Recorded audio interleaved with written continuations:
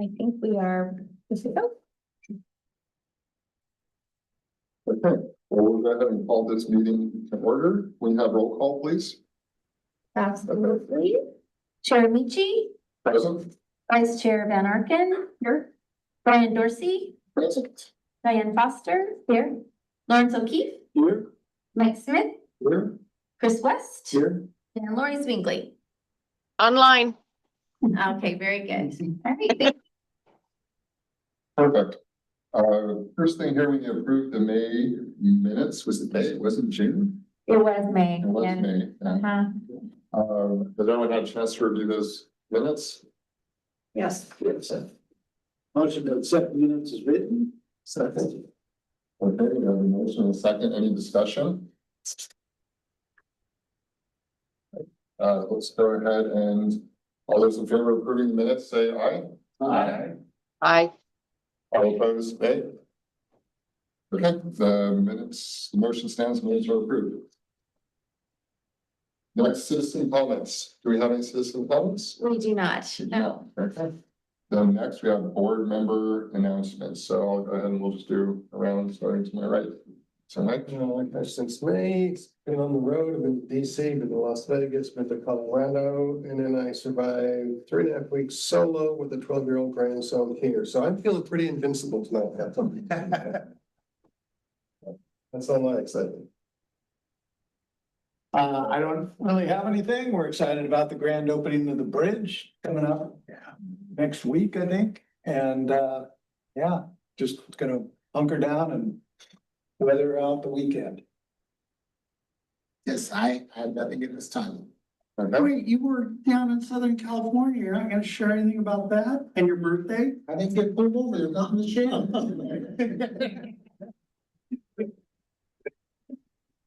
Yeah, my birthday was yesterday. So Day. All your gray hair on.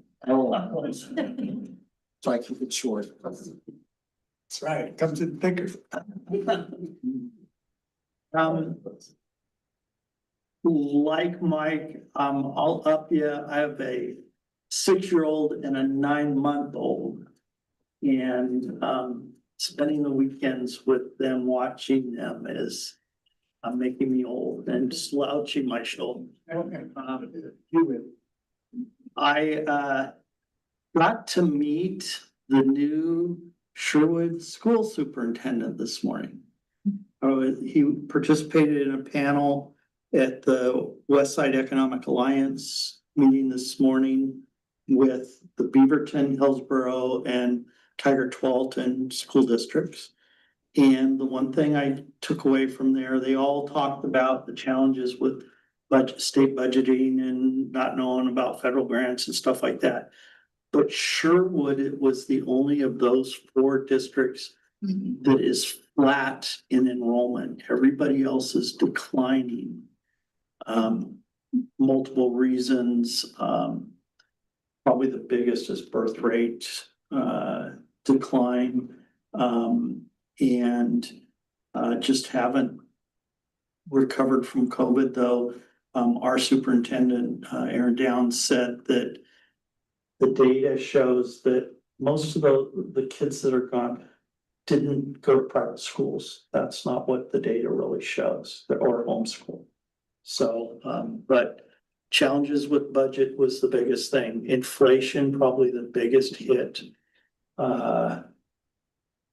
Across, electricity, supplies, their contracts, utilities, all that. And then the other big thing was PERS that everybody had. But all the other districts had declining enrollment, which I was shocked that Sherwood didn't either. So, but it was a good session. That's all I got. I don't have anything. I guess I just saw the post on social media about the reminder about e-bikes, so that was a good reminder. I don't know if you've seen that one yet. But I just heard it went out, yeah. so that was a good reminder. That was to keep the dirt bikes that are e-bikes off the street. So hopefully. And sidewalk. And sidewalks and everywhere, but a good reminder, I think, because it does seem like there's a lot of various electric things being ridden by a lot of youth, so hopefully that'll be seen by a lot of people, I would imagine, because it seems like your page gets seen by a lot of people, so. Yeah, it seems to be a increasing challenge for us as far as those around town. That'll be magnified with the new bridge going in. It'll be interesting to see how that all plays out with people Like going up the, ripping up and down that, because you know, the stretch going down to the high school is long and probably very tempting. So, we'll see how that plays out, but yeah, it's a good reminder. They're fast and they can be dangerous, and we've had head-on collisions with them here in town, so. Can you share what the update was? I didn't see it. They just talked about what you can and when you should, I think, ride these things, the rules about them, where you can ride them, you should ride them. We don't have. Right, e-bike or e-motorcycle. yeah, based on speed, it talked about based on speeds, when anything goes, yeah, And here's the challenge is we can't tell what's what. yeah. You can't look at a bike and say, well, that one's legal and that one's not. You're over 16, you're not. And yeah, then the little ones that look like replica motorcycles are another challenge for us. I think we had a discussion about golf carts. We did. So that's also, you know, because back in the day, it's been several years where that was implemented within the city limits, as long as you were using all the regular or the legal street qualifications of turn signals, brake lights, some of those things. So we haven't seen them in quite some time, but they are still out and about because we had a conversation about them. So I think we're gonna have to continue on that education path. And like I said, with the expansion of the walkway to the high school, I don't even know if that's the right terminology, because with the new bridge, it expanded the bus routes or limited the bus routes. So, you know, kids are gonna be more creative. They're gonna get on bikes. They're gonna be using other means to probably get back and forth. But we'll see how that goes, but. Does that bridge, sorry, this is kind of a follow-up question because nobody's been up there yet, but does that bridge have like walkers versus bikers, or it's just? Just wide open. Okay. I mean, there's probably not enough maybe space both ways. I was just curious, cause you know, when you're walking along and one of those things comes up behind you, it can be startling and fast. I think we'll have some learning curves Yeah. with some of things we might down the road want to implement like that one-way kind of things, because I think it is wide enough to designate that kind of stuff. I don't think you could have 2 lanes in each direction. No, it'd probably be one like center lane of, Just bikes. I don't know, I guess we'll have to kind of see. I mean, that'll just be as it comes. I don't see in Sherwood, but I sure see in Tigard, electric scooters where they're going 35, 40 miles an hour. Yeah, those are. And there's some retirees from King City that tootle around Durham and 99 that just are going. Are these the rental ones? No, they're not the rental. These are retirees that own them and are. Handicap type scooter. And I think those can go. I'm faster than talking the about the rental ones that look like the kids that. With oversized wheels. Yeah. Those go 30. Yeah. I was down today and yeah, they have the rental ones. Like the lines. Yeah. People were ripping up and down the road on those. Worth maybe having a work session about a possible ordinance or something, or you think that'd be more trouble than it's worth?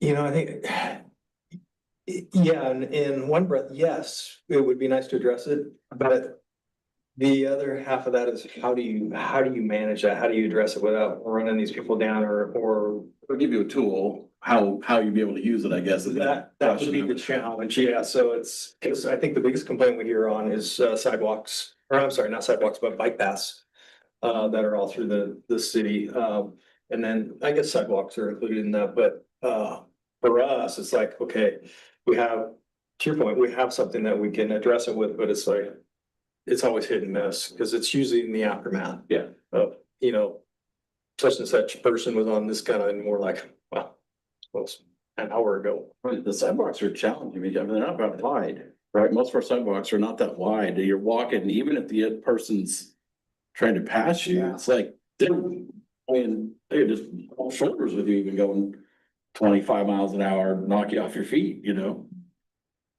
Would it be possible to do like an educational thing with school resource officers as school starts? And, you know, in their contacts, I don't know if they speak to an assembly or something, but talk about, you know, bike safety at the beginning of the year. Yeah, I don't think that's a bad idea at all. I think this is what precipitated this message as we knew school was coming and some of that safety concerns. And I think we're gonna have to stay on it probably much more than we have in the past. And yeah, so we can totally utilize the SROs and our message in there, as far as the safety concerns. I feel like if there's not a law that backs it up, though, the kids just go like, yeah. You know, there is laws on who can ride these. It's just there again, you have to differentiate what kind of bike and scooter they're on and whether they qualify or not. And half the time you can't tell, you know. Are they 16 and have a driver's license and can now drive these things up and down the road? We don't know. Or on the sidewalk. So I think to your point, it might behoove us to at least have a conversation just to kind of flush some of those things out.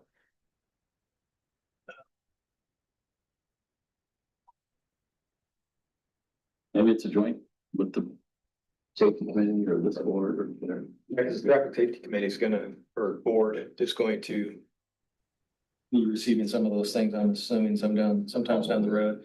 One of the things that I asked, and maybe you know better than I do, Mr. Scott, is rumble strips on the bridge. I don't know if they have them or not. We don't, I that can't, I've seen. I can't remember. I don't remember any conversation about that. So if they're on there, it was flew under the radar. It's an active conversation. And to my point earlier, you know, we'll learn things along the way, and those might be tools that we have to implement just to kind of slow people down in that specific thing. That doesn't address the rest of the issues. I get it, but it's gonna be a new shiny toy for a lot of kids, so I'd rather get out ahead of it earlier, so. Skate parks right there at the Y and. Yeah. Yeah.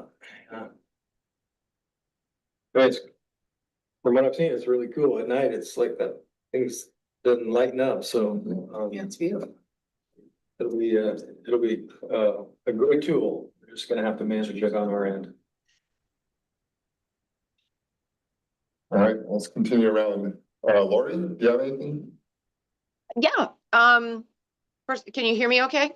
Yep. Oh, yeah. Okay, good. So I survived my trip to Africa. I would highly recommend if anyone has a bee in their bonnet and wants to travel. I went to South Africa, Botswana, Zimbabwe, Namibia, and Zambia.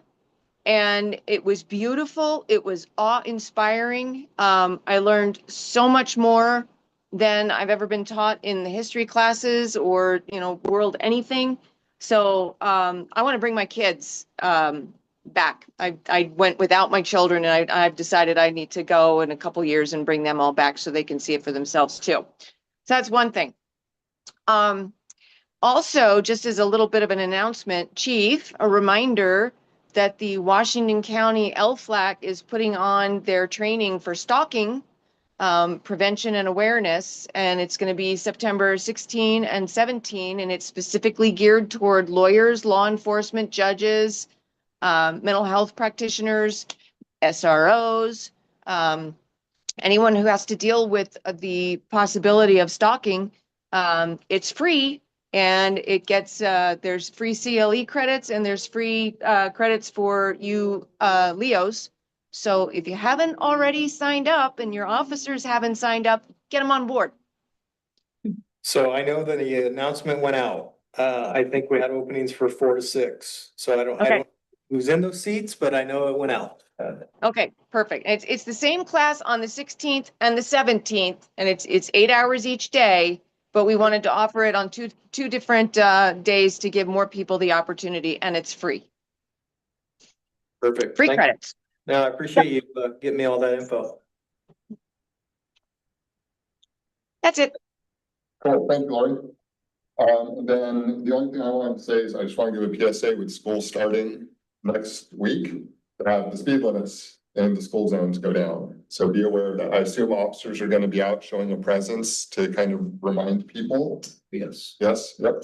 But a lot of the school zones are from 7 to 5. Some are just when the lights flash. So just be very aware for everyone listening at home and everyone here, spread the word. It's game on again. Hi, what's up? So let's move on down to business. Open tab seat status update. Can I give that? Sure. No. Okay. We interviewed a lot of people last week and this week, some very, very good applicants. Everyone was very well qualified. It was a really tough decision. We kind of have a couple people who would equally just slot right into a seat in case anyone's on their way out. I'm not pushing anyone, but if anyone's on their way out, just know that someone well qualified to take their spot. But out of that, we made a decision and we are recommending David DeVos, who's sitting over here as an observer today. The recommendation is going to city council and it should be approved. So I think as of next month, you'll actually be a regular board member in attendance, provided you get approved. Like I said, Draws. and do withdrawals, we have other people down there. So, but no, it was a great experience for me. This is my first time having gone through the selection process. And it was really interesting to see other citizens, first off, just being aware that there's so many people willing to volunteer their time and knowing we're all volunteers, what we put into it always makes me feel good to say people care about this community. But then just to hear a lot of the positives that they brought to the discussions about being in Sherwood and what they see and what they notice and so on. A lot of people mentioned the National Night Out, how they had attended that and they were really impressed with it and so on. It sounded like that was a good showing. Maybe you can talk about that later on. Yeah, it was a really cool experience for me. So, and thank you for everyone who put in applications and congratulations, David. We look forward to seeing you on board. Would we like to add anything to that or? No, you did a great job. Thanks. Okay, we're moving on to the next thing then, public safety. This is you. Yeah, this is me. So obviously this has been a topic of discussion for the last few months. So where we're going or what the landscape's gonna look like for us in revenue generation to support the PD and public safety in general, just in the city. And so there's been a lot of discussion about that. I think actually we've had work sessions and I believe we have another one coming up to further discuss that with the city council. That being said, you know, we have to do something. I don't know what that looks like. We don't collectively know what that looks like as a PAB, as city council, but I think there's a genuine consensus that something has to be done. So we're gonna further those discussions. The goal, at least for me personally, is that we get it out next year, whatever it's gonna be. If we're gonna go and ask for that kind of support, that, you know, we'll have a year plus of time to kind of get things squared away and figure out exactly what that means, what that's gonna look like. Number one, for marketing and just the messaging and making sure our T's are crossed, our I's are dotted. I don't want to be short-sighted on this, and what I mean by that is I don't want to worry about just next year and the year after, because that's gonna come and go before we know it. I'm really concerned about 5 years out, 7 years, 10 years, because it's gonna be here quickly, and just ensuring that we're dialed in and we're prepared. Sherwood West has been a topic of conversation for a long time. It has some legs, whether or not, you know, that develops quickly or slowly, we don't know yet. But that will impact us, obviously. And just the overall census of public safety here and what's going on and making sure that we're squared away with that. So that being said, I don't have anything new on it, other than we're gonna have some continued conversations with city council. And then as I learn a little bit more about that, I'll bring it back to this group and hopefully we'll have a pretty good direction on where we want to go and what we want to do and game plan what that's going to look like. It's going to be a heavy lift. I know Chris has talked about this. Anything that we do, anytime you go out and ask anybody for money, you want to make sure you're doing your due diligence. And so we're going to lean on Chris and his expertise in that arena a lot. And hopefully we'll have a plan that's successful. Everybody's in the same boat. I know I've talked about it, kind of beating the drum that you've heard me beat for quite some time, and every agency out there is facing this exact same circumstance. So we have some people who have gone before us, so we'll be able to learn from them.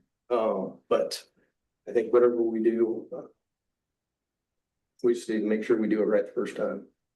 So that is it on that topic, unless you have anything, Counselor Scott. And did anybody even introduce you? Because I stepped out for a second. Okay, yeah, okay, sorry. I just want to make sure, you know, he's the new face. No, just a filling. You won't be stuck with me. Larry, did you have anything? Me? No? Okay, well, just want to make sure. I'll just say that, you know, at our first work session, just, and Chris was there as well, you know, I think in general, I think council was very supportive and recognized the need to do something. There was conversation around, do we want to do a levy versus a fee? We haven't decided what the council, what we prefer, but both options are on the table. I think there was 2 price points that were brought to us, and I think there was pretty strong consensus. Just go for the bigger one. You know, get ahead of it a little bit instead of trying to play catch up all the time. So again, that was the fee model, but I mean, that same principle could apply in a levy model. So I think in general, there's definitely support to do something. Just what it rounds into shape as and when and all that, I think is the open question. Really, this is a fundamental problem that every city and school in the state faces due to the way that we fund and the 3% cap that we all have on, you know, she talked about, right? PERS goes up 20%, insurance goes up 15%. You know, just general costs and services that, you know, usually your contracts with your employees go up, you know, 4, 5, 6%. Then you got fully loaded costs that add more to that, right? And then you've got all your insurance premiums, your paper, your cars, all that stuff's going up double digits.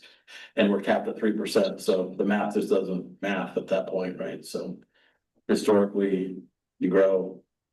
That's how you stave off that, you know, things going in the wrong direction, but growth was slowed. So that's kind of where our budget hit this year. And the trend, you know, doesn't look super promising. Obviously, if we do start growing on Sherwood West, that'll bring in more revenue, but it will always be playing catch up, you know, with it. So I don't know, at some point, I feel like the state is gonna have to do something to change. Like, I don't like, the bubble's gonna burst at some point, you know, across, because this is every city across the country or across the state has the same problem. Can't grow forever. Yeah, we just had the sheriff present a month ago on obviously their ESPD levy and what that's gonna look like, and they're in the same, I mean, they're in the same boat. I did appreciate her saying that, you know, they're not just trying to sustain what they have, they're actually trying to get ahead because they know what's coming. So, I mean, it's gonna be a big ask. I can't remember now. 9%. So I don't know. It was, I mean, it's just, yeah, I mean, it is what it is to Dr. Scott's point. And it's gonna come to head sooner or later, so. And the challenge that Sherwood has because of the citizens initiative that changed how we can pass stuff like this. Normally, something like this would go in May. But we can't do it in May because we need to have 50% of the voters turnout. And that's a heavy lift in a May. So that puts us into a November, and that's a midterm election. There's gonna be a lot of clutter and a lot of rhetoric out there on a bunch of things because of the elections for elected officials. So it's just gonna be more exciting. Never good timing, but yeah, it is a little frustrating in the fact that we can't, because actually went back historically and looked, and I think our best effort was 49% in the May election. but we can't take that chance, so.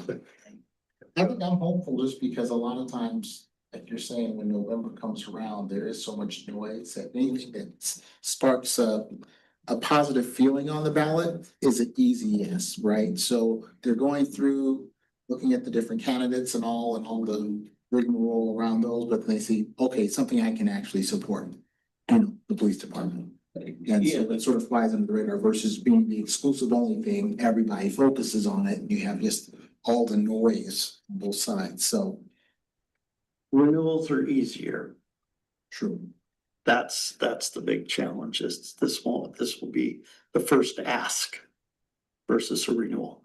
I mean, Like, if we go back, I mean, historically, this community supports, right? I mean, with library, public, the TDF&R levy, the school levy a few years ago, that was new, right? And then, of course, the school bonds a couple of times too, so. Again, the messaging will be important, but I feel like if you get the messaging right, I think this community. I mean, people live here because they value how safe this community is, and if we get the messaging right, say, hey, this is why you're here, let's keep it that way. I think we can make it happen. I think that's why our schools are flat and not declining, is because parents feel safer here. And they're moving here because they know their kids will be safer in schools, thanks to our police departments. Is the contract still being bargained? Or is it? Yes. Yeah, we're in the middle of it, yeah. A very slow process. It is, there's a lot, it's just kind of, I think the nature of the beast this year in particular for agencies, there's a lot of contracts that are still open and bargaining right now. So, and ours included, so it always makes things a little bit more challenging for us, but, I sit on 2 tables as a management member at work and it feels a little more contentious this year than it has previously. yeah, I can't speak to what that is, but I agree. I mean, even talking to other chiefs, it's kind of like, everything's just a little tense, so I think we'll all get through it. Our reservists aren't a part of that, right? No. They're just, yeah. So in Sherwood, there's 3 associations within the city. There's AFSCME, that is like a lot of public works and some of City Hall. And then we actually have 2 here, 2 employees. And then within the PD, we have SPOA, which is the officers. And then we have the sergeants. So they have 2 years ago, legislature allowed them to unionize, and so they did. So for me, I have all 3 contracts at some point. Chris is trying to sell me on doing it here.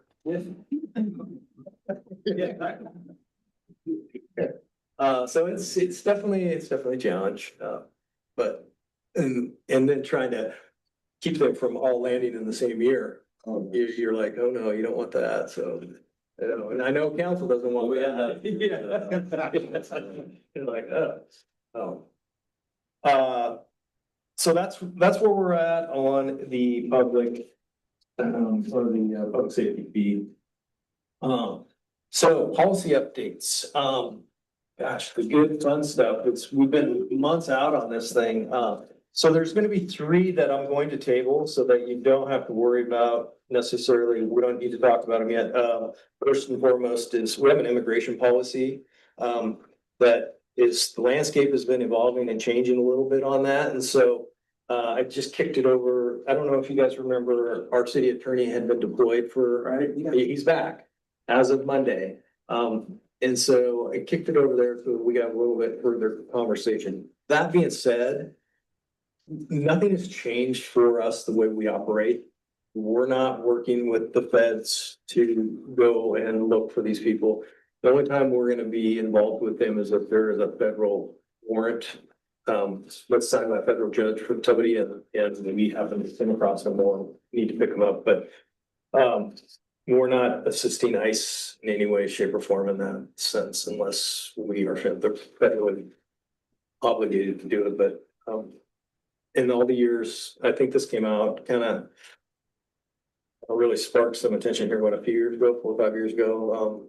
And then obviously just in the last 6 months, but We have never had anybody knocking on our door asking us for assistance, so, but it's very clear to the troops as to what that means and so we'll do. Cause normally it's after they've been detained and you guys don't detain.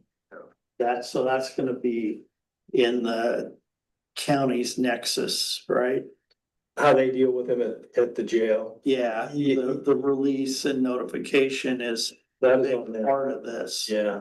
No, Whole and issue. more importantly, I think people believe that we may go out and seek and knock on somebody's door to try and pick them up. We won't do that. I mean, unless there's a federally signed warrant for them for whatever, but then again, I mean, we've yet to see those, so. I just, I know people are nervous about what that means and what that looks like within law enforcement and with what we do, but it's just. We're not engaged in that. So that policy, doesn't deviate from that necessarily, but there's some weird things with lawsuits and things going on at the federal level and some of the pressure that are being put on the sanctuary cities and states. So some of that is, you're trying to navigate all that. We just want to make sure we have, you know how it works. We'll change the policy to adhere to that, and then the next day it'll change again. So it's gonna be kind of a moving target, but being said, we're not gonna touch on that. The other one we're not gonna touch on is the social media one.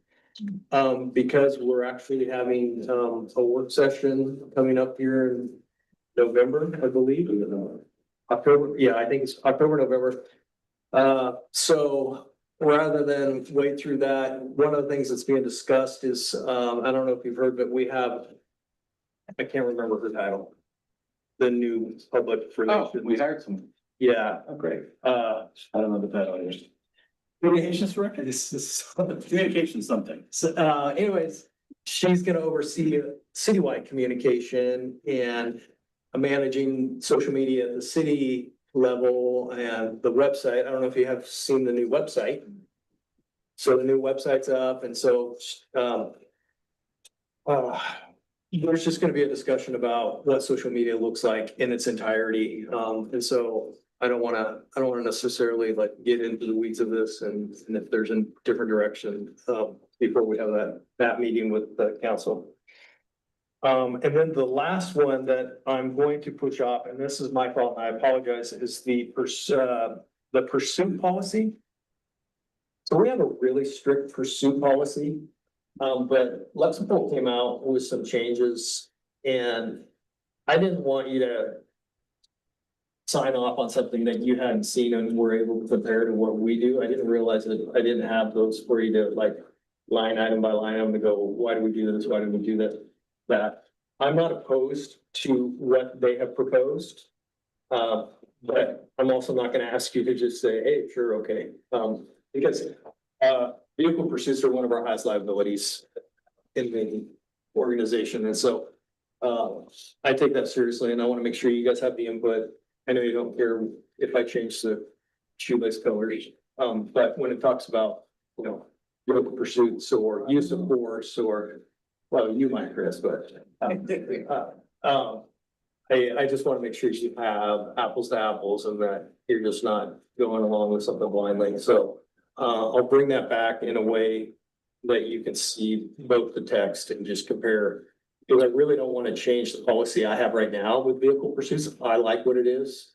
They've tweaked some things that not necessarily opposed to, but I just prefer to leave it as it is. So we'll shelve that one for now, and I'll get that back to you in a side by side or something that's you can see where things have been struck out. Aside from that, you got to see some of the fun stuff that we've been looking at. Nothing really exciting unless there's something that. Oh, sorry, Lori, I forgot you're over there. Just want to make sure that I acknowledge you in case you have questions, because I know you usually do. I'm good, thank you. So not a whole lot of substance in the up-to-dates, well, at least in my opinion, they've changed some things, they moved some things around. We have a new policy, transporting persons in custody policy. They kind of changed the way that looked and where that's found. There's one in here that what's it called? It's the Genie Cleary Campus Security Act. So that has nothing to do with us, but we do accept it because we don't have a campus, a college campus here.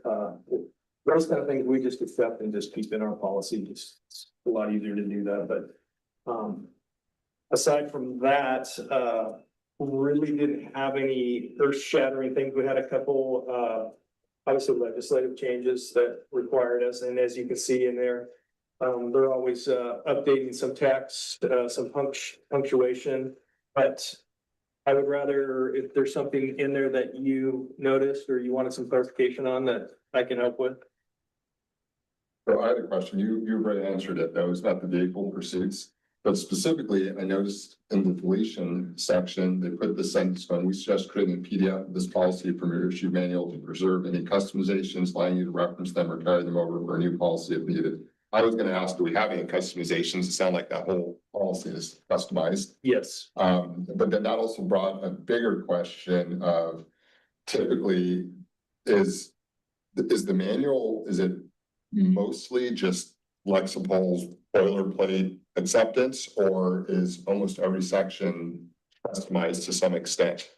No, I'd say 99% of it is Lexipol. Okay, so there's only a couple specific areas where we have a customized policy, thorough discussion, review, and so on, and those are the ones that if they're ever gonna be deleted, you'll bring a test like you just did now and explain this one's different and here's why, and so on. Yeah, it's very rare we want to fall outside the lines of this. Lexipol has done a great job. I mean, they have lots of attorneys and, this is their livelihood.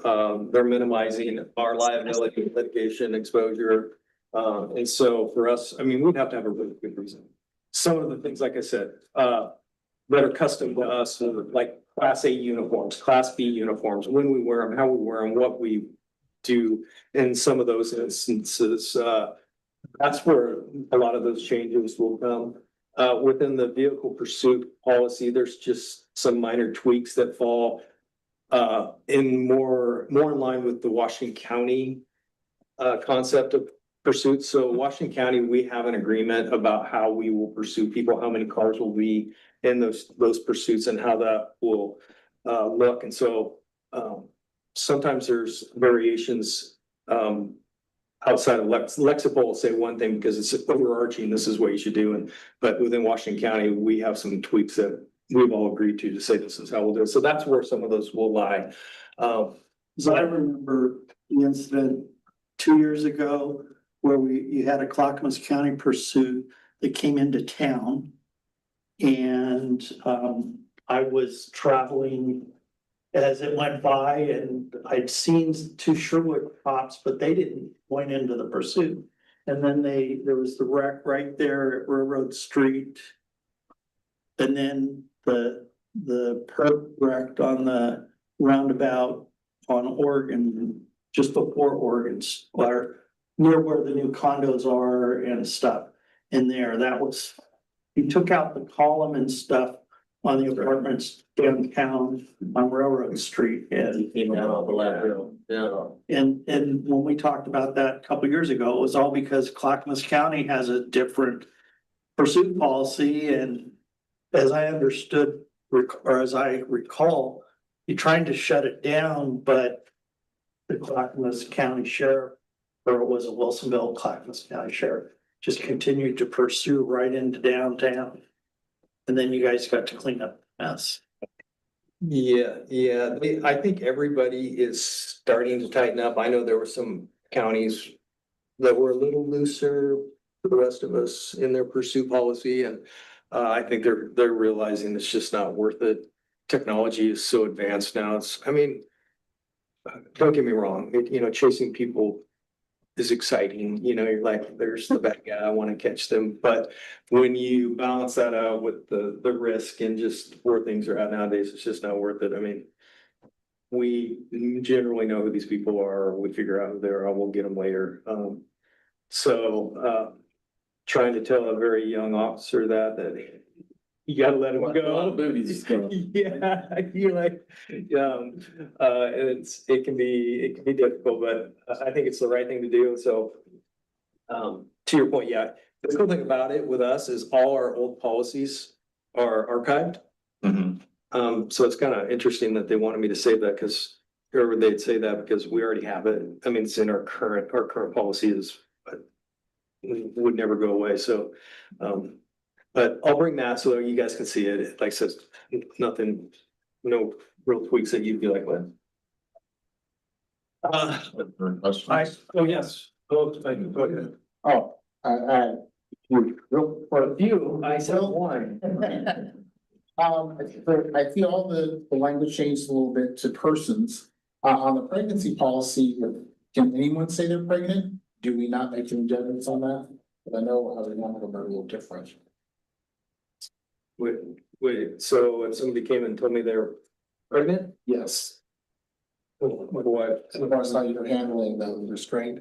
You're asking, Oh. is it a self-report from the person? Yeah, Custody. Yes. Okay. I thought you were talking about personnel. Or pursuit. Yeah.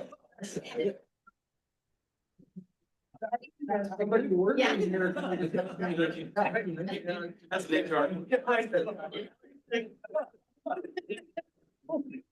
You're gonna say congratulations? Yeah. What are you trying to throw me off here? Oh, so if a custody says they're pregnant, yeah, we have to take them at their word. We would just say, okay, so we call in, EMS or AMR, or we would change up the way we transport or deal with them. We're not gonna certainly question them. No matter who it is, if they look male or female, it doesn't matter. Yeah, I mean, we're just gonna, at this point, we'll take them for their word and, it's not saying that they're lying, but,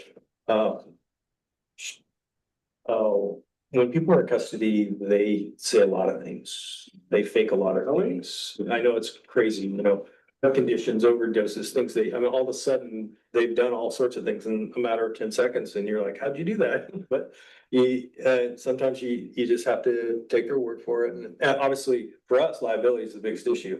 We're not gonna say, no, you didn't, or no, you aren't, or no, it didn't happen. We're gonna defer to a medical professional and say yes or no. So in some of that you're referring to when we're transporting people, or if they have a condition or say they have a condition, yeah, we'll have medical come in.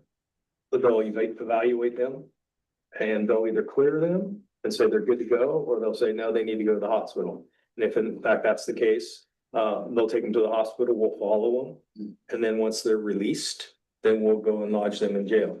Sometimes we get them out to jail and then a custody will say, I'm having a heart attack, or I'm diabetic, or I have this or that, or whatever.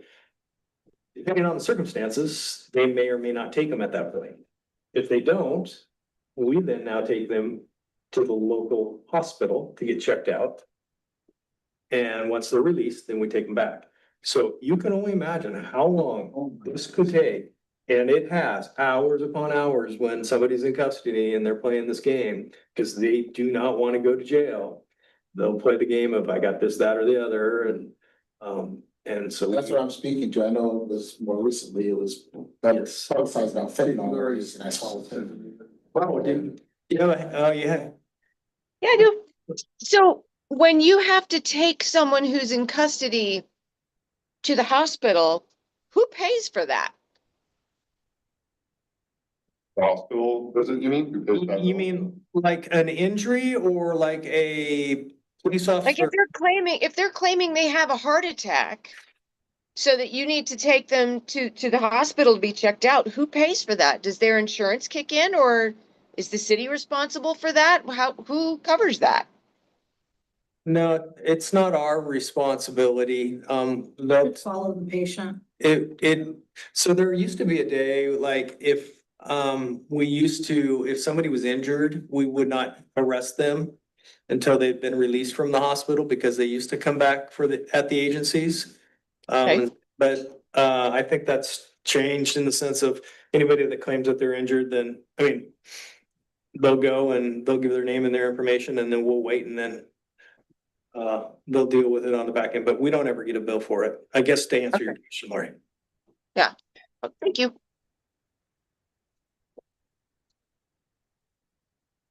You have some, You had more than one, Brian, so. Yes, page 7, impacts of the removal of the deactivation of the National Law Enforcement Accountability Database. Sorry, the page numbers are for each. The last page, so. That's a federal mandate. How does that affect anything? What was the importance of it or no? You use the DPSST database, right? Yeah. Not necessarily this one, because this one's geared more towards federal law enforcement candidates. It was it's a federal deal that we had nothing to do with. As a matter of fact, I didn't even know what it was again until I'd read it, and I'm like, I have no idea what we do with that, because we don't use it. DPSST has a database that's similar to it, that like if there's an officer who has some level of misconduct, I think it's pay sanction and above maybe. They're obligated to report it to DPSST if they have certification, and it's a public database on the website that anyone can go to and look at. Oh. Yeah. What's that? DPSST. Department of Public Safety and Standards. Yeah, and Training. you can find a bunch of that through IRIS, IRIS. So, yeah, anytime there's a, somebody leaves the agency unwillingly, we send a report down. We also send if somebody leaves in lieu of, like, they're in the middle of an investigation and they decide that they don't want to stick around and they just resign. We send all that information out as well. There used to be an issue, and I know I'm getting off track here a little bit, but it was kind of to shore up some issues, because what would happen is an officer would get jammed up in an IA of some kind of misconduct. Well, they would resign quickly so that it couldn't be completely investigated and there wouldn't be any finding or anything sustained on it, because it just kind of dissolved. Well, that never made its way to DPSST. So then this officer could go to another agency somewhere, get hired back on, and there wouldn't be that history or that investigation. And that was problematic, because then you're seeing repeat behavior. So now, anytime anybody leaves, regardless of, well, short of just retiring or, resigning under good terms, all that information goes down to the DPSST.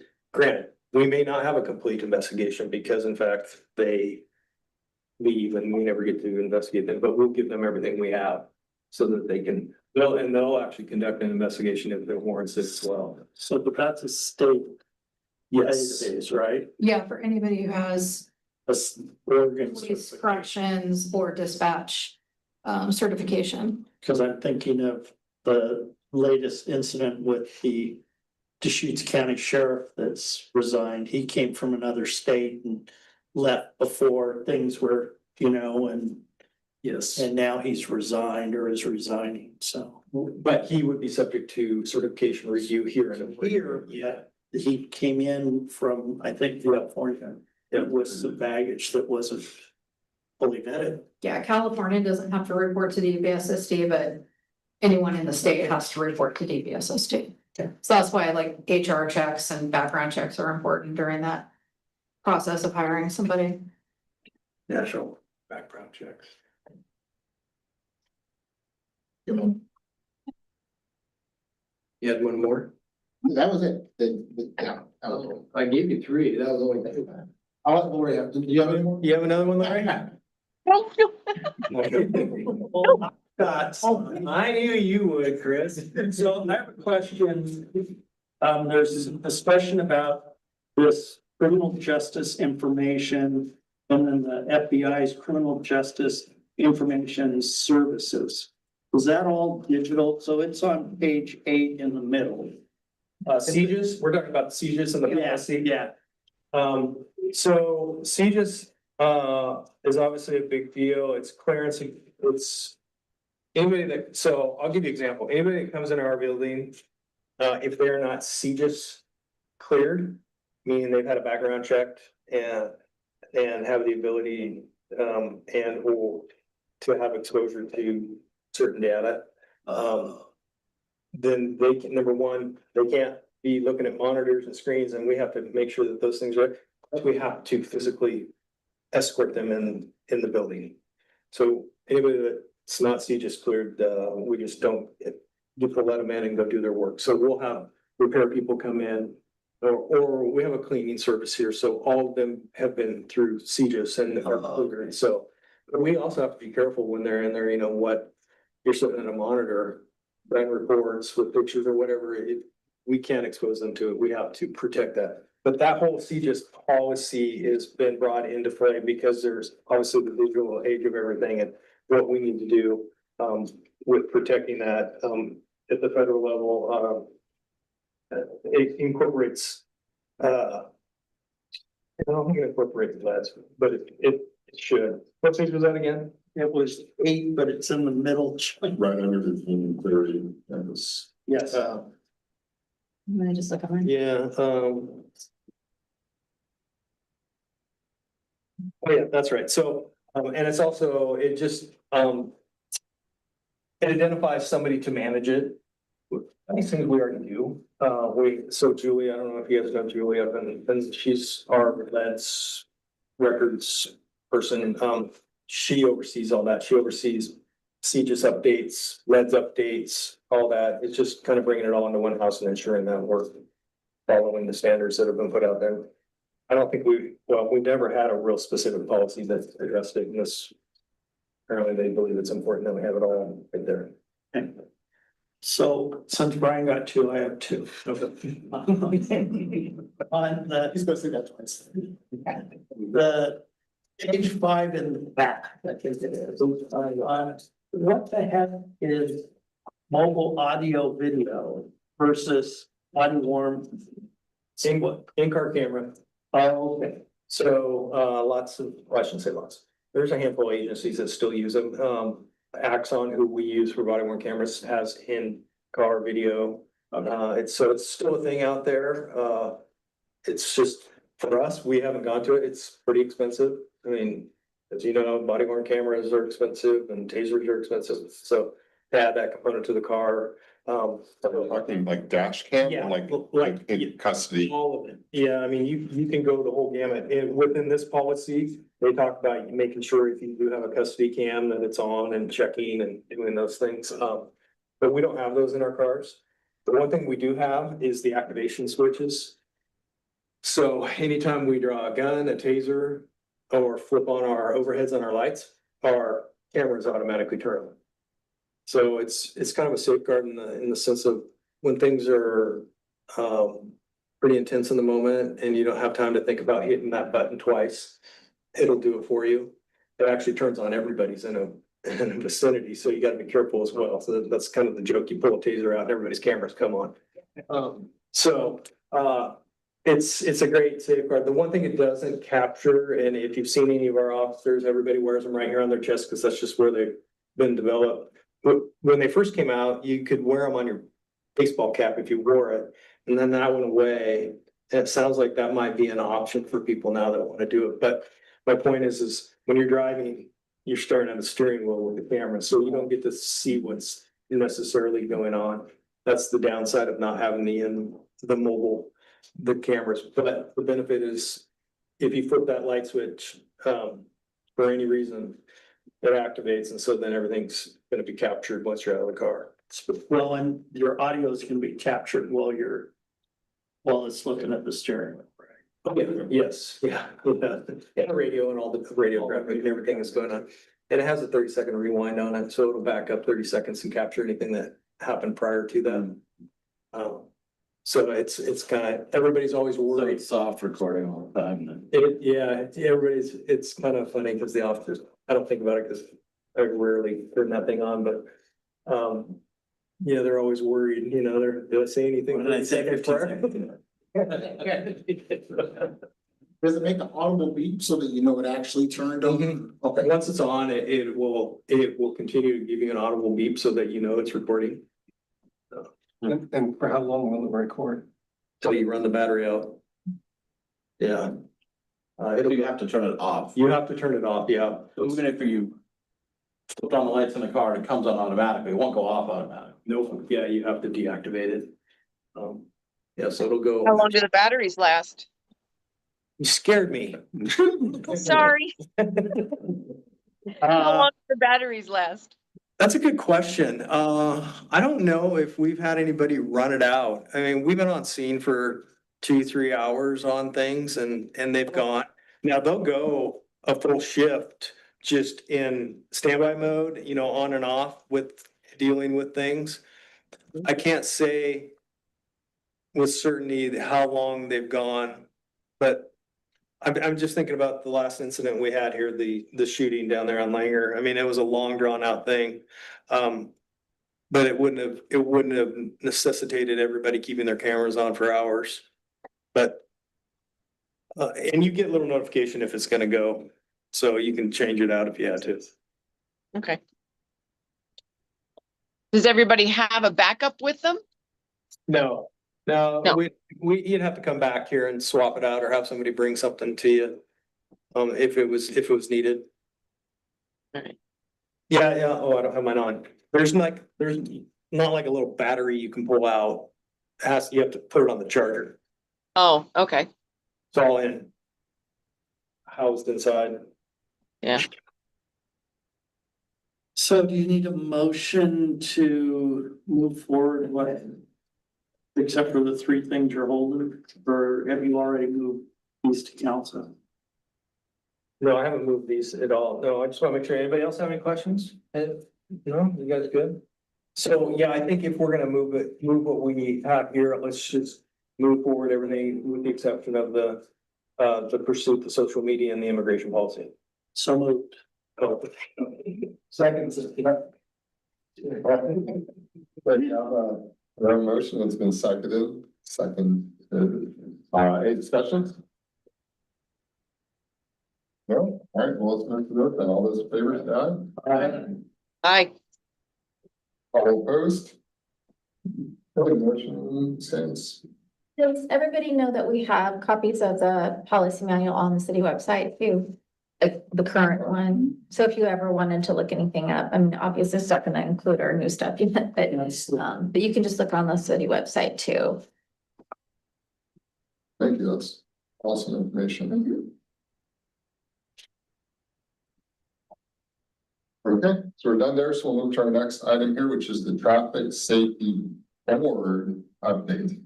It's officially a board as of July 1st, that's the biggest update there. Larry, do you have anything? Sure, I'm prepared this time. We had a new counselor, Dan Stankey, I think I'm pronouncing that right. He's the counselor liaison, and Captain Corey Jench was our police presence. Couple of new traffic safety requests. The big one, which is right down the street from me, is they're moving ahead with 2 additional stop signs at Woodhaven and Pinehurst intersection. That's the one where you turn off Dewey and you're gonna cut down Pinehurst.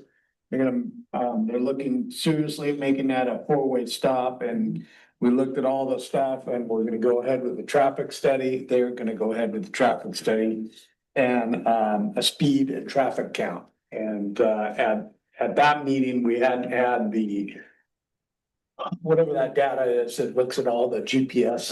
Urban SDK. Yes, couple other traffic safety requests. There's still some concern about Washington and speeding on Meineke between Washington and Stella Olson in the roundabout. It's obviously since school got out, it kind of died down, but as the officer said, it's still there. We're gonna see what's gonna happen when school starts back up. So we're gonna keep that under supervision. The stretch right in front of the school. Yeah. He says he parks in the church parking lot, but actually one time we parked in the middle of the double line, center line, and people were still. And a marked patrol car. I drive that like 10 times a day. Yeah. Not speeding. No. National Night Out was a success. There was some stuff and I actually attended that the other day and was able to say hi to some officers. Safe routes to school is coming up in September. There's more of that. We had some more discussion on Brookman Road. We had a resident and her father come up and they live right on the corner, right in that little, where it goes from, you turn off Lad Hill and you make that first turn. Yeah. They live right on the corner. And they came in and they voiced their frustrations and after the meeting was all over, we're walking out and I was like, oh geez, we should have mentioned this traffic safety signs that we had. I took the liberty to drop one off at her house, had more, and yeah, that's a tough corner. Cause I backed into their driveway because I couldn't, like turn in. I didn't want to back out. So I just backed into their driveway and dropped off the sign for them. And they were very appreciative and, Sunset Timber project was another kind of big one. They did the same thing at Tigard High School, right, where they have the light signal going there.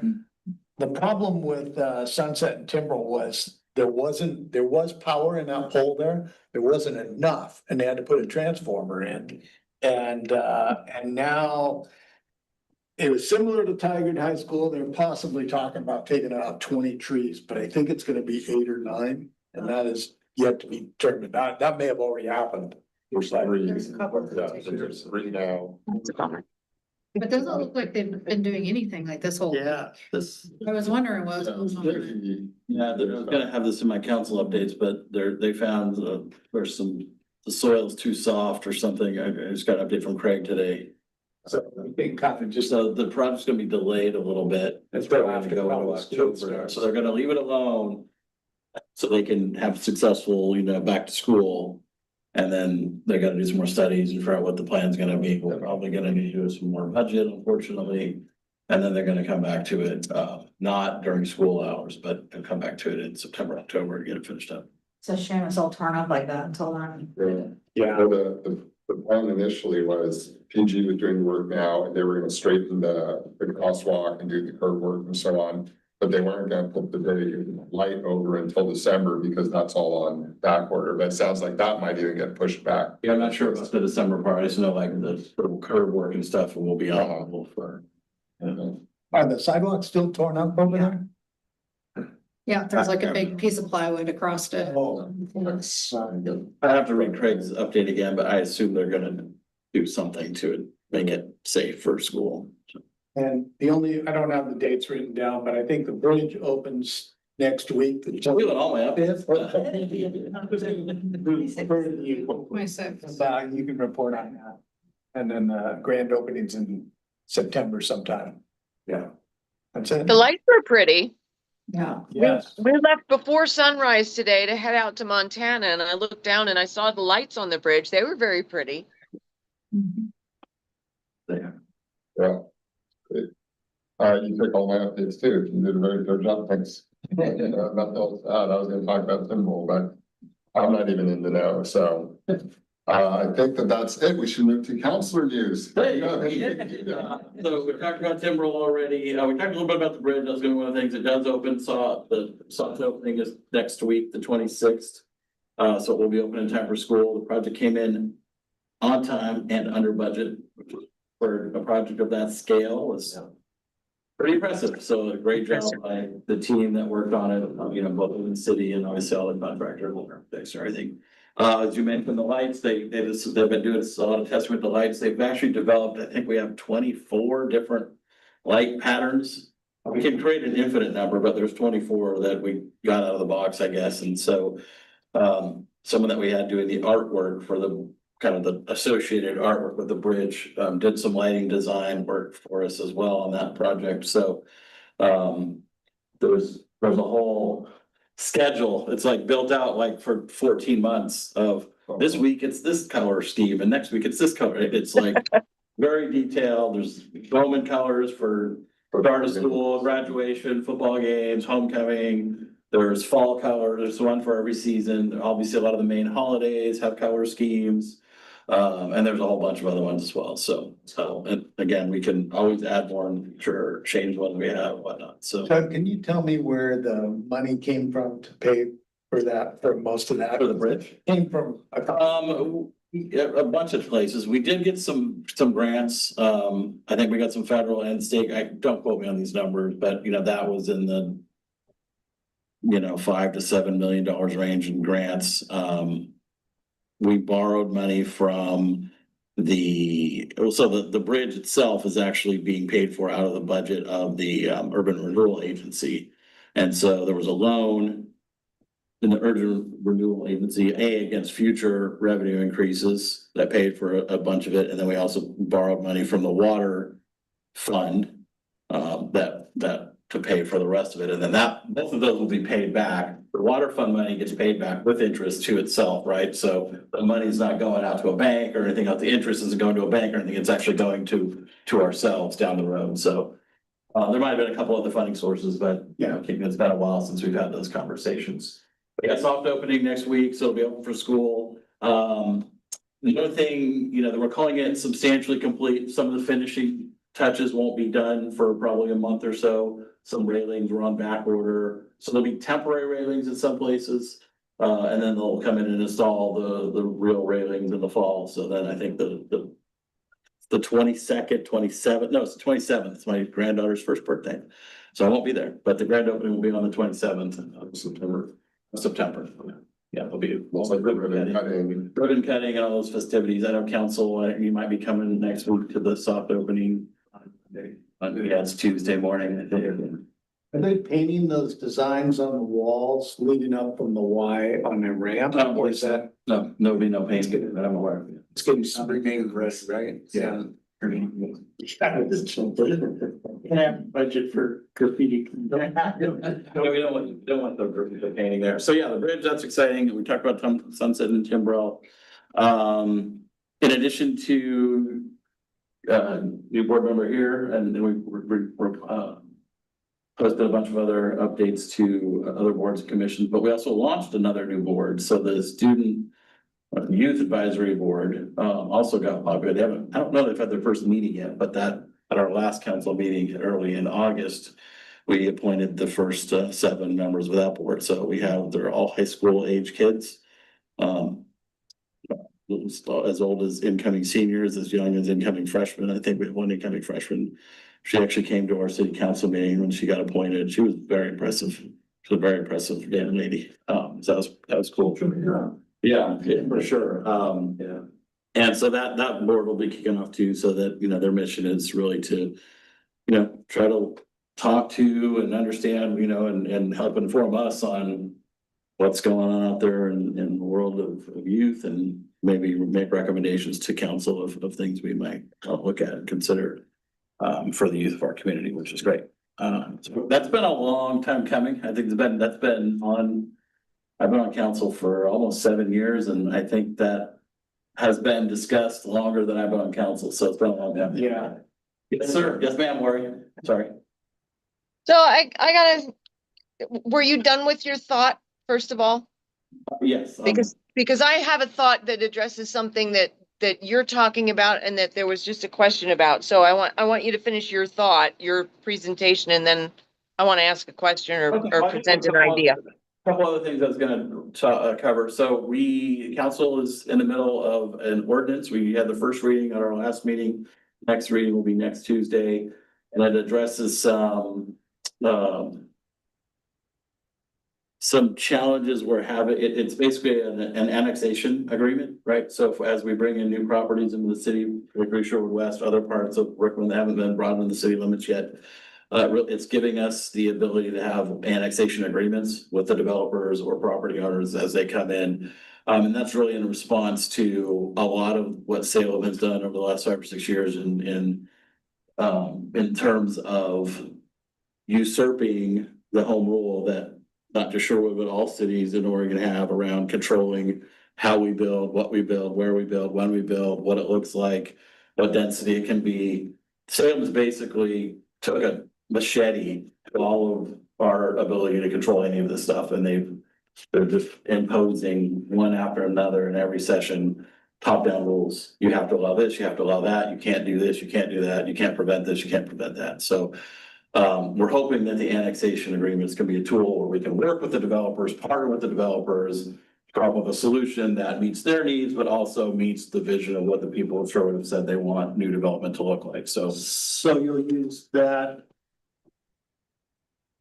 as a negotiation tool for condition of annexing, since you don't have the ability through zoning type stuff? Yeah, I think that's the intent, right? Is that we would like to use that as a tool for annexation and then a binding tool on both parties, right? So there's win, if we do it right, there's win-win in both, right? Because the developers and the property owners get certainty, right? We've said, okay, you can do this. You say there's no risk. And then also the city and the citizens get the benefit of, okay, you're not gonna do a bait and switch on us and come into the city and then build something completely different than what you said. So I think that's the idea. Okay. We'll see, because Salem keeps passing new rules, so, look at outlaw annexation agreements from next term. I think that's all I had. So Lori, you got some questions? I do. Well, it's just a thought. So there was a question a few minutes ago about where did the money come from to do the lights on the bridge? We're looking to ask the community to pay more money to do various things. I think, speaking for myself, I don't like to have to go fetch the information. I'm not very good at it. Chris is phenomenal at it. He knows where to go. He knows where to look for stuff like that. I don't. And I will admit that I get frustrated when I have to go try to find this information out for myself. I know it's there. I don't have the time to try to go dig it up. So my thought is should we consider maybe doing an article in, say, the Archer, to say something to help people understand we're not necessarily spending all this money on these things that you're seeing. We're getting grants from here. We're getting grants from there. We're not asking you to pay for everything. This is how we're funding some of these things, and sort of spoon feed the information to people and tell them this is where you can go look for more information, just to make it a little easier to swallow. Because I, speaking only for myself, have a lot of trouble with the idea that I suspect that there's a lot of misuse of funds here in Oregon. And I wouldn't even know where to begin to look, but it bothers me that we spend a lot of money, we pay a lot of money, and we don't necessarily know where it's all going. And it would be really nice if someone would say, you're not paying for this. We got a grant here. You're not paying for that. We got a grant here. Here's what we are paying for. Here's why we need more money. And an easier way to get access to the information in more than one media. Not just go find it online yourselves, but here's where you can start to look. Here's what's going on, and here's where you can look for further information in more of a written format.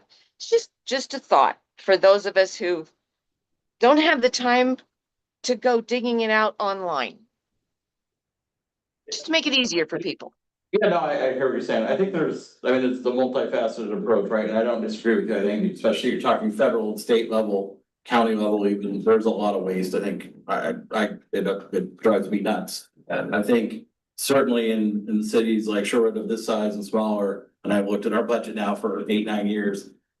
We do a really good job. We're pretty lean, in the city level. But again, doesn't necessarily mean people believe that or without knowing. I think to answer your question, yeah, I mean, it's all of the above, right? I mean, first of all, people have to be interested, right? And I think I find that no one's really interested, not no one. Very few people are really interested until something bad blows up, right? Walmart was announced and then 100 people are at city council meeting. The line's gonna get turned over to somebody else and there's 100 people at the city council meeting. But on the day-to-day, week-to-week, like our budget committee meetings, I've been on council for 7 years. I've sat through 7 budget committee meetings. Never had a single person testify in 7 years. And that's fine. Like, people are busy. I'm not criticizing anyone. And it's really hard to push information to people who aren't looking for it or listening to it, right? So I think to answer your question, the new website I think is going to help because it's impossible to search the old one. It was terrible. It was very outdated. So I think new tools are going to help. The communications person we're going to have is going to help us build a strategy around multifaceted communications, print, in person, at locations like the library, online, social media, right? So there's definitely, I think there's things that are already underway that can certainly help give people access to more information. That doesn't require them to go search, but people also have to be interested in finding the information or hearing it in the first place. Well, I think you just, and this is an interesting conversation that we could have for hours and hours. I mean, I think you just hit the nail on the head. I mean, people have to be interested while it's in process, not after the fact. And this committee, this board has figured out that, you know, there is a lot of, and I'm going to throw the word out there, there's a lot of apathy. I mean, it's tough to get people to be interested until after the fact when decisions have been made. And then all of a sudden, well, wait a minute. We went out there and we beat the streets from day one when we were tasked with the idea of finding out what the community thought about marijuana. And I appreciate the idea that the website is going to be more user friendly, but again, I go back to the idea that if people don't even know that they should go to the website, that's an issue. You know, we have our everyday lives, and I'm not trying to make excuses for people. I'm just saying we have our everyday lives. Everybody is just in tune to what they're doing on a day-to-day basis. Sherwood is a very family-oriented community. There's not a lot of people who are doing anything other than just focusing on their own families and getting by day to day.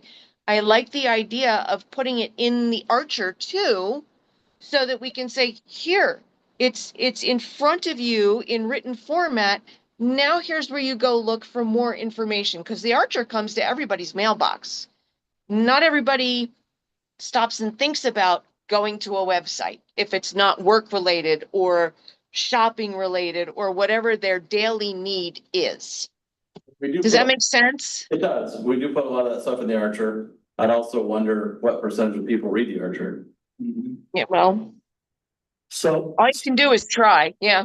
But that's what I'm saying, like, we hit the Archer, we hit the newspaper, we hit social media, we hit the website, we hit the library, we hit City Hall, we hit here on the bulletin boards. Somebody's gotta actually look. Like, you can't open up their brain and put it in their brain, right? Like, all you, every possible, every possible medium out there. But at the end of the day, it still is incumbent upon the person to say, hey, I'm interested, I wanna look at this. so I think the opportunity to that issue of how is the bridge funded?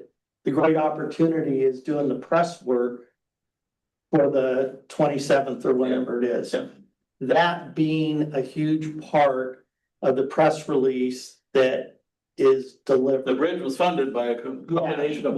And oh, by the way, the water fund is gonna be paid back. With interest. With interest. To ourselves. And to ourselves, those sorts of things are key, besides what we read on the marquee driving down 99. You know, but that has an impact. And it's had an impact about that. Absolutely. That bridge. I think it's important what Rory's saying, and hopefully the new communication person has the ability and the skills and is given enough rope to be able to do the sorts of things. That's spot on. And I saw the press release, or sure, it was on the community webpage where it came in, on time and under budget, right? That would have been the perfect time to say, here's where the financing came from. And these are all entities and this is how it's just like a clear. That's great. That's great feedback. Yeah, I agree with them. Can you spell it out in lights on time?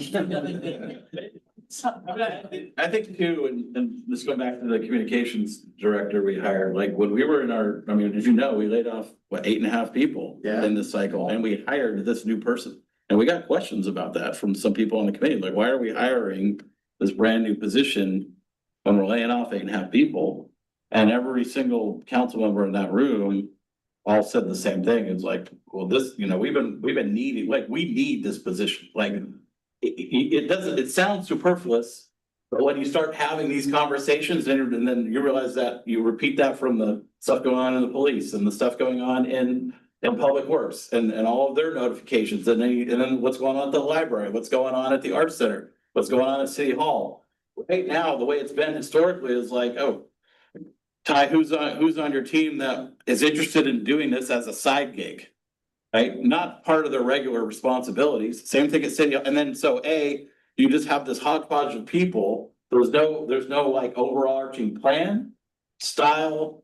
When do you post, what do you like, what's allowed, what's not, I mean, there's nothing, it's all just been haphazard, and that was great for a long time, but we actually need a cohesive, centrally owned and managed process and plan on how we communicate with our public, and I think that's one of the reasons why there's a lot of times where the communication is spotty. It's not that anyone's doing a bad job, it's that there's literally no one doing this job in the entire city, and now there is. And what, have they started yet? I think First.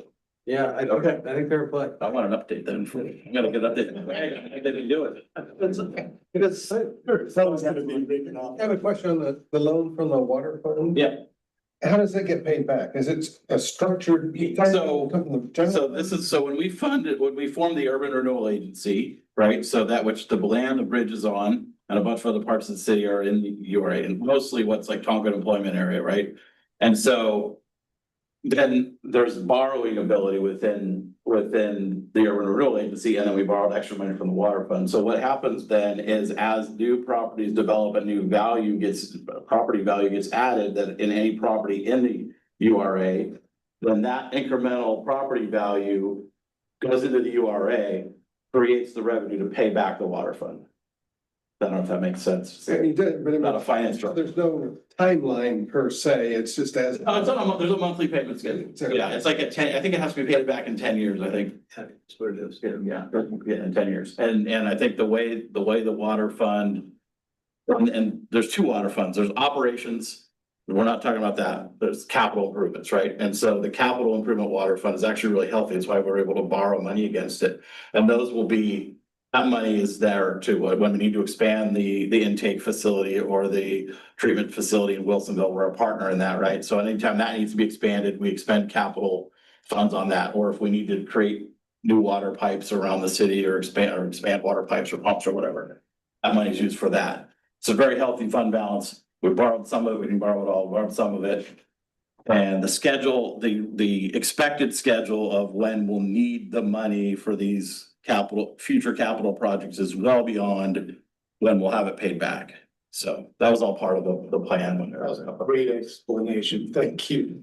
Yeah, so the way the urban renewal works is when you form an urban renewal agency, let's say you got a piece of blank dirt in the Tonkin Employment Agency and that's worth $1 million. Making up a number. It's blank dirt worth $1 million. Okay, so that is what's currently on the tax roll. It's not worth $1 million, but it's being taxed at $1 million. So then any of the property tax that gets paid every year on that $1 million goes to wherever it goes, right? Some goes to the school district, some goes to the city, some goes wherever. Now, if someone comes in after the URA is formed, someone comes and develops that land, builds on it, and now it's worth $5 million or taxed at $5 million, assessed value at $5 million. The first $1 million still gets dispersed out to everyone. The $4 million increment all goes into the URA. And until the URA is completely retired, which is like 20 years down the road, then that money will get it spread out as well. So that's how you use the URA to then so you can use that $4 million, you can borrow against it to build a bridge, or you can, as the money comes in, you can use it to fund. The idea is that like we're also building a road in Tonkin Employment Agency, Ice Age Drive. We're using URA money to build Ice Age and some grant money to build Ice Age Drive so that the whole area can be developed faster and create more revenue that can then pay back the URA. That you can, so it becomes kind of a flywheel. The idea is that because you've captured all this extra incremental financing, you can develop the area much faster. Get those tax increases and those property value increases and the development, which benefits your community much faster. So speaking of which, I hate to put you on the spot, but I know the big topic of concern with the bridge and the general fund and the URAs and the capital projects. They're all separate entities, and I think sometimes people don't understand that you can't borrow I mean, there are some exceptions, but outside of the general fund, and this is where I'll need your clarification, it's just, it doesn't have the ability, and when I'm talking about the general fund, that is where we're 100% funded, public safety is. So I don't have the ability, the police department doesn't have the ability to borrow against DURA or to a capital project, to fund its source, or vice versa. And so that's why it gets tricky, and, you know, people just see that these things are going on, $3 million bridge, this is going on, why can we not fund these, why are we laying people off? And so it does cause a lot of questions. Tell me if I'm wrong, because I want to make sure I get it right, but that's kind of the general census of it. I sit in these meetings and listen, but. No, I mean, again, I'm not an accounting or finance expert, but yeah, I think you're right. So the general fund is unrestricted, right? You can spend general fund dollars on anything you want to. Most of, to Ty's point, all of the operational costs of the police department are in there. And a lot of operational costs of other departments as well. You also have to think of what some counties and cities have done in the past, which has gotten them in financial straits now, is oftentimes like you can get one-time money. Like ARPA was a great example during COVID, right? Got federal government, state government giving out all this money, ARPA money, all these like, here's some one-time money. In theory, you can use that to fund operational costs, additional staff, keeping staff, adding more staff, or whatever other operational costs you have. But the problem is you've now created a year over year expense, but you only have a one-time bucket of money to pay for it. That is something that this city council, that as long as I've been on it, and even a little bit before, has adamantly not done. We just made a blanket decision. We're never going to spend one-time money to fund ongoing operations because it's unsustainable. And after a few years, now all of a sudden you have a massive budget hole. And so I think the school district got themselves in trouble doing some of that. Fire departments across the nation got up with safer grants. Yeah. Hired the amount of firefighters, it's good for 3 years. 3 years, they had to lay them off, they didn't have the funds. Yeah. Thank you. You're just kicking the can down the road and you're making the can a lot bigger. So yeah, I hope that answers your question, why sometimes, you know, capital money or one-time money really, in theory, could we have avoided layoffs? Sure. But then we're gonna be laying off twice as many people next year instead.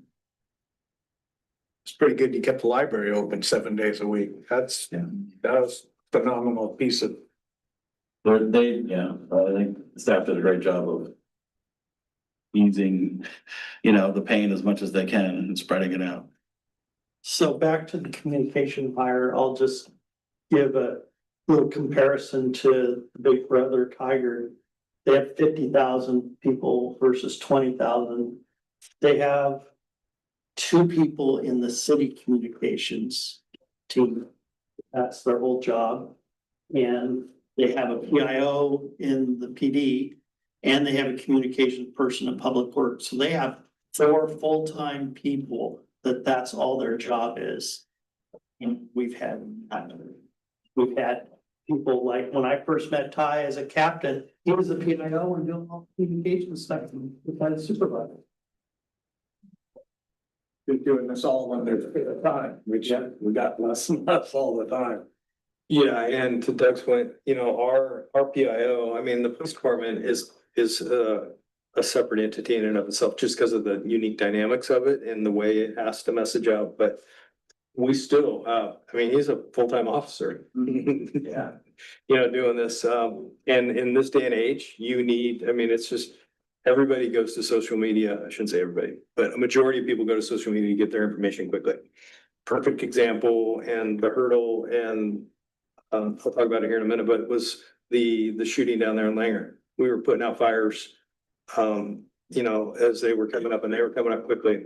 Well, a lot with misinformation.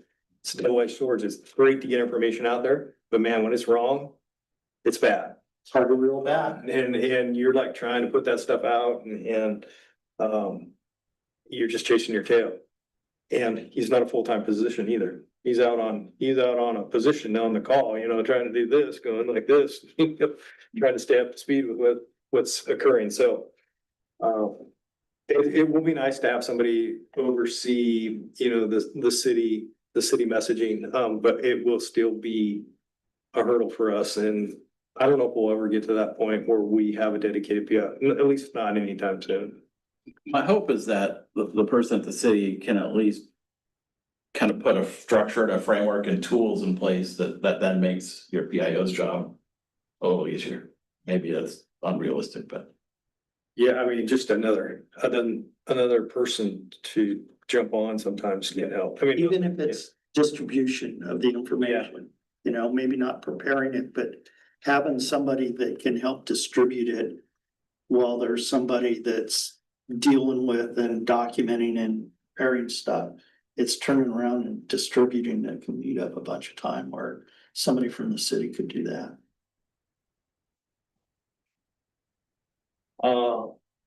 My turn, right? The rest of Yeah, Sorry, that took a long time. Oh, no, you're good. That's great. So real quick, a national night out, great success. We went through 320 hot dogs. Wow. Yeah, we ran out. It was awesome. We had the dunk tank for the first time. That was a great success. We had, 3 of our people there that were willing to get dunked over and over and over again.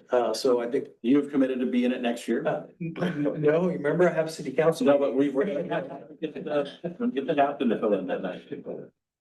So I think that's gained some traction, and hopefully we'll even have more, you know, I might be willing to jump in there, maybe. So that was fun. Tomorrow, we're heading down to the Academy for graduation of Jessica. She's finally made it 16 weeks, so she'll be back here next week to finish up her FTEP.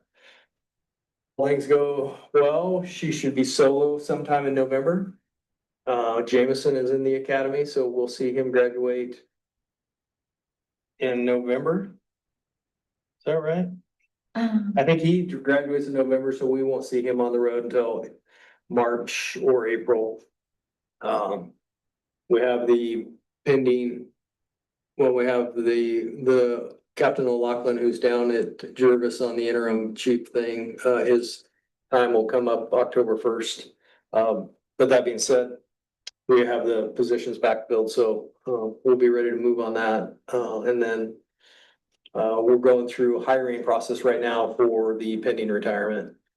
We have some laterals that we're talking to, and then we'll have some open or entry recruits that we'll interview as well. And then reserves is also open, so we're currently at 4. So I think we're gonna pick up a couple more. They're a great tool and asset for us and helping us. And although they're not necessarily solo, you know, those conversations are coming up of where we can utilize them, like music on the green and some of those things where we can have a presence and not necessarily have to have a full-time officer down there. So trying to get creative with what we have.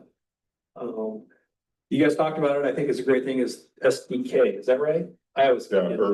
That's okay. Urban. So I think you guys have heard about it. It's just a monitoring, it's basically a monitoring system of our traffic. Not every vehicle has the tracking in it. And what I mean by that is, well, I shouldn't even try and talk to it. What's it mean, Brian? There's the GPS, most cars in the last 15 years have GPS in them, and all that data is collated and collected by this program, Urban SDK. And therefore you can pull up a street and say, what's the average speed? How many cars go on this time? You know, you can break it down by time, location, and it's just a great planning tool to figure out, you know, speed and traffic and planning for, you know, make the street wider, change the stop signs. When did they buy all the data from the manufacturers? Like, No, it's like satellite driven. Yeah, It's tracking those vehicles 24/7, 365. but who owns that data? SDK. is that data? Well, they gotta be buying it from somebody. I think you're right, yeah. Or Well, I mean, the same way like, Oh, yeah, I see what you're saying. Google Maps, Apple Maps, all those are able to show you that this section of the road is red. I understand the technology. I was just curious how the data transfer. Yeah. Oh, yeah. Mass information to specific to a. What's really cool about it is. Yeah, it's generally, you can't tell like a specific vehicle. or No. anything. It's just in general, you know, this many cars have driven down the street in this 24-hour period, and then you start narrowing it down. That's our slowest car. It does, it breaks all that out. So historically, we've had to put tubes out. you put tubes out and you put them out for a week. So you get, 7 days worth of traffic. Although you don't get 100% of the cars right now, you're getting it 365, 24 hours a day. So you get a really good idea of what's going on. So we can look at this thing and it's only a week delayed. So it's when you're looking at data, you have last week's data of what's going on. So for the traffic safety board and or for us, when we're doing enforcement, we can take a look and go. So Dewey is a perfect example. Purple Street. You shouldn't go more than probably 10 miles an hour on that thing. But it's the biggest complaint because of the swooping corner there and then garbage cans out on Friday and all the things that come with it. But you look at data like that and you're like, nobody's speeding. I mean, nobody's really going over 25. It's just optically, it looks like everybody's speeding. So it's going to be really good for us to be able to sift through some of these complaints and give real feedback about what it is. So is it a subscription that the city pays Yeah, for your municipality or? for the city. We get the entire city and we get all this data. So Public Works is going to be able to use it. And then obviously How much is it? 10 a year, That's it. That's not bad. That's 12 a year. I don't know. It's somewhere right around Worth it. it. It's, Yeah. it really is. It's kind of like, Just put out the strips. it's, what, how much does it take? Yeah, I mean, Two tubes, well, we all do this. Well, the problem is you got personnel. I mean, you got personnel costs, you got people to download, you got to manage it. It's, that's just a small snapshot. Yeah. You don't have enough to put them out on all the streets you. no, I got every street Just in a the city. city, every street all the time. Yep. Yeah, so it's super. And then traffic studies, when we've talked about it in the past, have taken more effort too, right? When it's a full-on conducted like traffic. Yeah, so it's gonna be a great tool for engineering, Avery, Jason and all them over there, so, super cool thing. One last thing real quick is, there's been a lot of discussion, obviously, our, photo enforcement program. And we had touched on it, I don't know, probably in 6, 9, a year ago about mobile enforcement and the ability to do that. Since that's come down to play, legislative last year, I think they allowed that, so. I think that's back on the table of discussion. Our current vendor that we have has some options for us and they're actually cool little quick. They're like 5-foot little high things that you can put out anywhere in the city. Do we need a vendor? Yeah. Really? Yeah, because it has to have a program that manages all that. It's pretty complicated on the back end. And just the legislative legal requirements that you gotta deal with are pretty strict. So I say that because it'll be something that I think we're gonna explore. It'll be an option for us in school zones, Sunset, Oregon, wherever you wanna put these things if we want to take advantage of it. So it's gonna be something I'm gonna be bringing back here to have a discussion about, what we think about that, and obviously, the traffic safety board and. Did they flash the red and blue lights when the ticket goes up? No. I should, that would be nice. If you see those ones that they don't give out tickets. Yeah, they just flash, yeah. And I would be great if that meant you got a ticket. Is it just speed enforcement or is it reading license plates for stolen vehicles? What? No, so that's an LPR, that's another license plate reader, it's another tool obviously that we could utilize down the road, is they sit on patrol cars, that's the way they've been designed, so we could go through parking lots and this thing's just going around and reading every plate and telling you who's wanted in the car, is the car stolen, you learn a lot. It can be overwhelming, quite frankly, depending on how you set the parameters, but. Fire tags. Yeah, no, well, maybe, but it's, technology's fantastic, and drones, obviously. Big proponent of drones, I think they're an incredible tool. DFRs now really, drone first responder is really a big topic of discussion in Washington County and Multnomah County. They launched from the roof.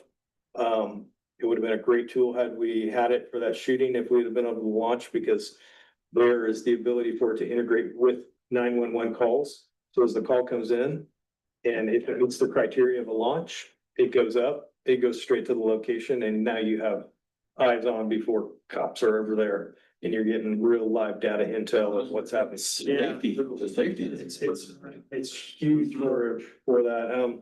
There's just a lot of studies out there and the advantage of it. It's still, you have to manage it. It doesn't eliminate personnel because legislatively and legally, you have to have somebody behind things doing things, but I think it's gonna be a fantastic tool for us. And the cool thing about it is we can launch from City Hall and cover our entire city quickly.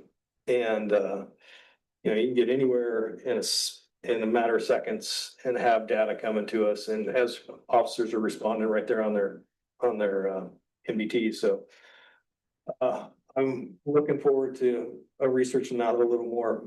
And then the final thing, just to touch base on the officer involved shooting thing in Langers here last month, since we didn't have a meeting. As you probably heard, it involved 3 of our officers, one which was injured because the suspect had backed into her when she was pursuing him. And then the 12th officer who was arriving on scene, who's actually the shooter involved in this thing. Quick history, it was an ATL of a reckless driver coming out of Tiger, described this vehicle, white Ford F-150. They learned that it was coming into Sherwood, and so our officer was getting set up and trying to figure out where it was. Well, by the time they had gotten down on Langers, the truck was now in the Sentinel storage. I don't know if you'd heard or remember. He had gone in there, he had started shooting at individual that was out with his car. There was a motorhome with occupants in that he had shot at as well.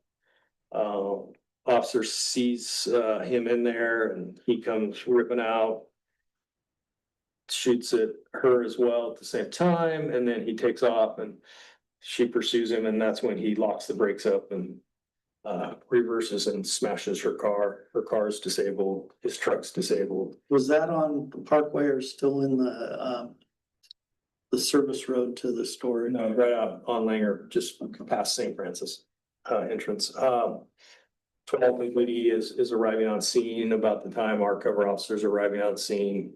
There's a lot of chaos, as you can imagine. He's again now engaged in shooting. And that's when the 12th officer fired at him.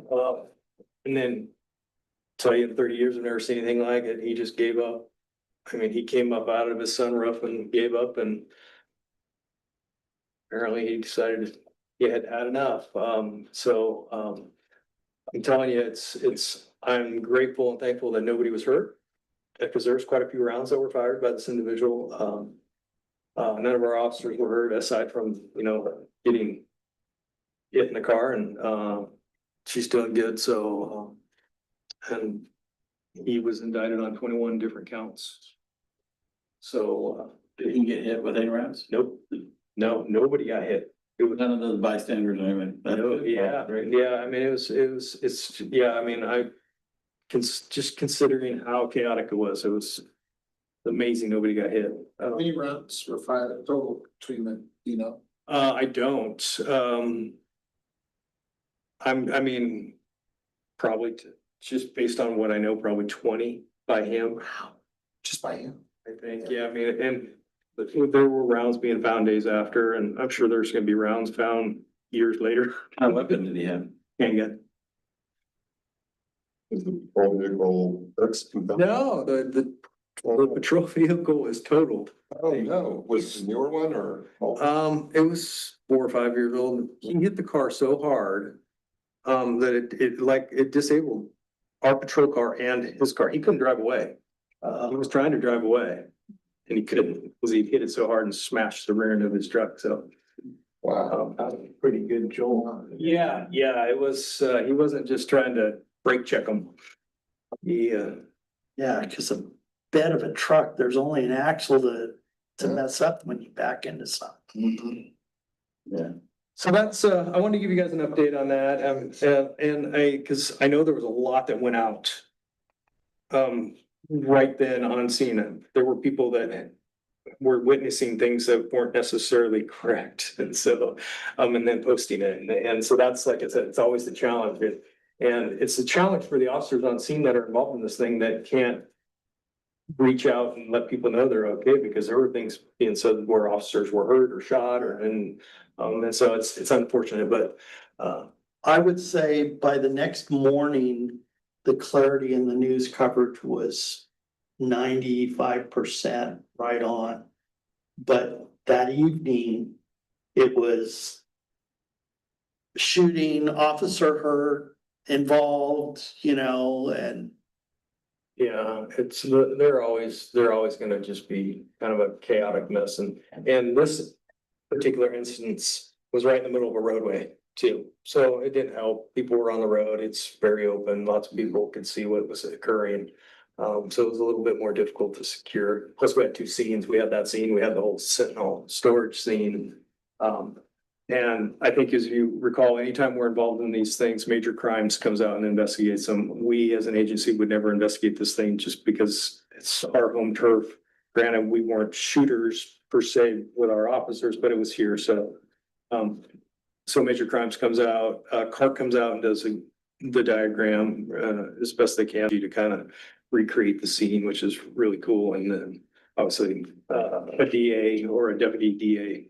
As a matter of fact, I know they were out there on scene, so they come out and review it. Even though nobody was hit or hurt, it was enough that it warranted all that, so. I assume like attempted murders probably. Yep, several counts of those, yeah.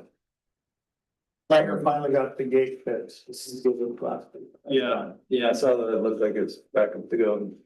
One more thing real quick, then you were, Angie, talk about, is there blood drive coming up? Yes, the 17th annual 9/11 commemorative blood drive. Oh, is Lori back? Nope, Oh. I don't know what happened. It's like parts of the recording. Oh, there we go. Okay. Yes, so, we are hoping for 100, donors this year. So if anybody's interested, please, contact Red Cross or go online and sign up. But we started this, in 2008, I want to say, with our former chaplain, and then Chaplain Wilson has come in and taken over, and so we kind of work together to do this every year, so. When is it again? On 9/11, it's 8 AM to 6:30 PM It's right here. here in this room, yep. They just pack it with guys. I did it last year and I ran into Lori at the same time as me. They get you in, then they feed you a snack and they send you out the door, so. Good, so we got the second one quickly. Yep. All right, I think that's it. Motion to adjourn. Second. Okay, all in third time? Well, we're adjourned. Thanks for having me. Yeah, thanks for coming. Thanks for coming That down. wasn't too long-winded. No, that was a great explanation of the finances. Yeah, don't like quote me on it. I'm like 98% accurate. I won't remember.